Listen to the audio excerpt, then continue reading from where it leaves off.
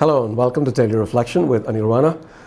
Today is the 11th of January 2020 and we're going to reflect on John chapter 3, 22 to 30. After this, Jesus and his disciples went into the Judean countryside and he spent some time there with them and baptized. John also was baptizing at Enon near Salim because water was abundant there and people kept coming and were baptized. John, of course, had not yet been thrown into prison. Now a discussion about purification arose between John's disciples and a Jew. They came to John and said to him, "Rabbi, the one who was with you across the Jordan, to whom you testified, here he is baptizing, and all are going to him." And John answered, "No one can receive anything except what has been given from heaven. You yourselves are my witnesses that I said, I am not the Messiah, but I have been sent ahead of him. He who has the bride is the bridegroom. The friend of the bridegroom who stands and hears him rejoices greatly at the bridegroom's voice. For this reason my joy has been fulfilled. He must increase, but I must decrease." The Gospel of the Lord. Jesus said the thief comes to steal, kill, and destroy, but he has come that we might have life and life in abundance. And the secret to living this abundant life is contained in these words that John the Baptist says here.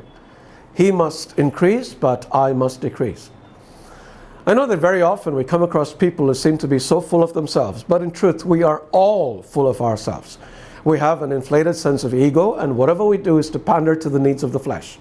We demand gratification, usually instant, be it to the mind, heart, or body.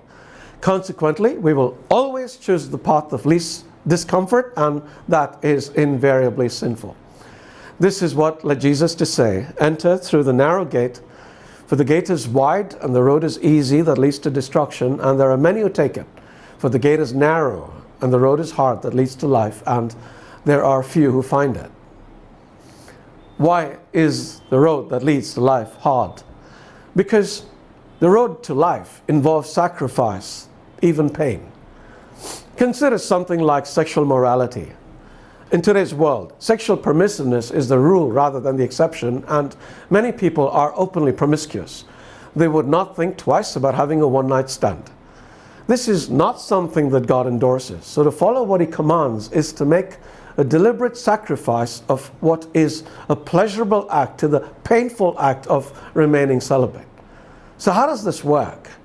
It is by making conscious, deliberate choices to do what is right and not do what is wrong. The right and wrong is, of course, decided by God. The world has reversed that completely, which is why it is in the mess that it is in today. Now, to do what is right involves a daily dying to oneself. But in the dying to oneself, Jesus starts to come alive within us, and that leads to the fullness of life. But don't take my word for it. Try it and see.